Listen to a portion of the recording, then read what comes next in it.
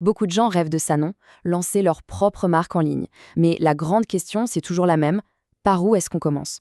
Eh bien aujourd'hui, on va décortiquer le plan d'une experte qui a transformé de simples idées en millions d'euros. Préparez-vous, voici une feuille de route claire et concrète pour se lancer. Ah, voilà, c'est la question que tout le monde se pose. On a cette idée-là qui tourne en boucle dans la tête, mais le chemin pour la rendre réelle, ça peut faire peur. Ça ressemble à une véritable montagne. Comment on passe de cette petite étincelle à la toute première vente? C'est ce qu'on va voir ensemble. Pour nous guider, on va suivre les conseils de quelqu'un qui est passé par là, Lynn Boraggio. Et attention, on ne parle pas de n'importe qui. On parle d'une experte avec plus de 5 millions d'euros de chiffre d'affaires à son actif.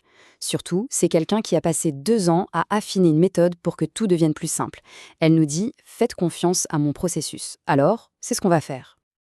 Alors, voilà le plan de vol. D'abord, on pose les fondations. Ensuite, on construit la marque et la boutique. Après ça, on va chercher les clients. Et enfin, le grand saut, le lancement. 4 étapes claires pour passer du rêve à la réalité. C'est parti! Allez, on attaque. Première partie, les fondations. C'est peut-être la partie la moins fun, je vous l'accorde, mais croyez-moi, elle est absolument cruciale. Si les fondations ne sont pas solides, tout le reste risque de s'effondrer. Alors voyons ce qui est essentiel avant même de penser à vendre le moindre produit. Bon, concrètement, ça veut dire quoi? Ça veut dire 3 choses, 3 piliers sur lesquels tout repose. D'abord, le côté légal. Il faut être en règle, pas le choix. Ensuite, le produit. C'est quoi cette idée qui nous fait vibrer? Et enfin, le fournisseur. Qui va fabriquer ce fameux produit? C'est le trio de départ, impossible de faire l'impasse dessus. Et là, il y a un concept super important à comprendre, surtout quand on débute, la marque blanche. Alors, c'est quoi ce truc? C'est tout simple, hein. Imagine une usine qui fait déjà des produits géniaux, disons des bougies. Eh bien, la marque blanche, ça permet de prendre ces bougies, d'y coller son propre logo, son propre emballage, et hop, c'est notre produit. C'est vraiment la meilleure façon de se lancer sans devoir investir des sommes folles au départ. Ok, on a notre produit, maintenant il faut lui donner vie, lui donner une âme, une identité. On passe à la deuxième grande étape, la construction de la marque et de la boutique en ligne. C'est là que ça devient vraiment créatif, c'est le moment de s'amuser un peu. Attention, ici il y a un piège. Un piège dans lequel presque tout le monde tombe, le perfectionnisme. Lynn Boraggio est très claire là-dessus. Au début, on oublie la perfection. Le but, c'est d'avancer. Le logo ne sera peut-être pas parfait, le site non plus, mais ce n'est pas grave. L'important, c'est de se lancer. On aura tout le temps de peaufiner plus tard. Et ça, c'est peut-être le conseil le plus précieux de tous. Il faut tomber amoureux de son client, pas de son produit. Ça veut dire quoi concrètement? Ça veut dire que chaque décision qu'on prend, la couleur du site, les mots qu'on utilise, le style des photos, tout doit être fait en pensant à une seule chose. Qu'est-ce qui va parler à mon client idéal? Maintenant, la boutique. Où est-ce qu'on va vendre tout ça? Là encore, pas la peine de réinventer la roue. La recommandation, c'est Shopify. Pourquoi?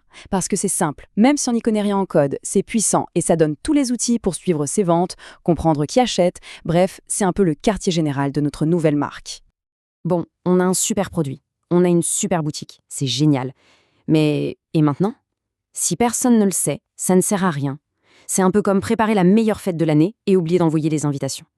Alors, troisième étape, on va chercher les clients. Pour faire des pubs qui fonctionnent, il y a une formule, une sorte de recette. Reprenons l'exemple d'un produit contre l'acné. Le pourquoi, c'est pas juste de vendre une crème, c'est de redonner confiance. Le comment, ça peut être une vidéo d'un client qui témoigne. Le qui, la cible des jeunes de 18 à 25 ans. Et l'accroche, les 2 premières secondes, marre de cacher sa poids sur les photos, c'est cette alchimie qui fait toute la différence. Et regardez bien ce chiffre, 80%. C'est énorme. Ça veut dire que 80% du succès d'une pub vient de la pub elle-même, de l'émotion qu'elle dégage. Autrement dit, on peut passer des heures à chercher le ciblage parfait. Si la pub est ennuyeuse, c'est de l'argent jeté par les fenêtres. L'important, c'est de créer un contenu qui touche les gens. Ok, on a le produit, la boutique, l'idée de la pub. On passe à la dernière étape, le lancement. Fini la théorie, on passe à l'action.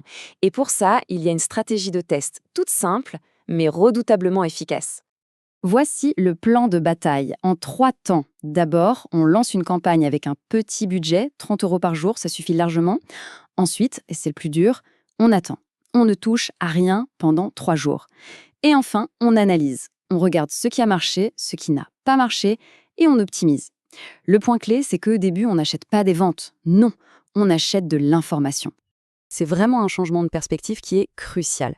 Le but des premières pubs, ce n'est pas de faire un profit immédiat. Le but, c'est de récolter des données, de voir comment de vraies personnes réagissent à notre produit. On est un peu comme un scientifique dans son labo. On teste, on observe, on apprend. C'est comme ça qu'on trouve la formule qui marche. Et si on se demande si tout ça fonctionne vraiment? Eh bien, le résultat est là. 300 000 € de chiffre d'affaires, en seulement 90 jours, en appliquant exactement cette méthode. Ce n'est pas de la magie, c'est juste le résultat d'un processus logique, testé et optimisé. Et la bonne nouvelle, c'est que ce processus, il est à la portée de tous. On a vu la feuille de route, les outils, la stratégie, tout est là. Finalement, la seule chose qui reste, c'est de faire ce premier pas. Et c'est souvent ça le plus difficile. Alors la question finale, elle est simple, mais elle est essentielle. Qu'est-ce qui nous empêche aujourd'hui de faire ce tout premier pas?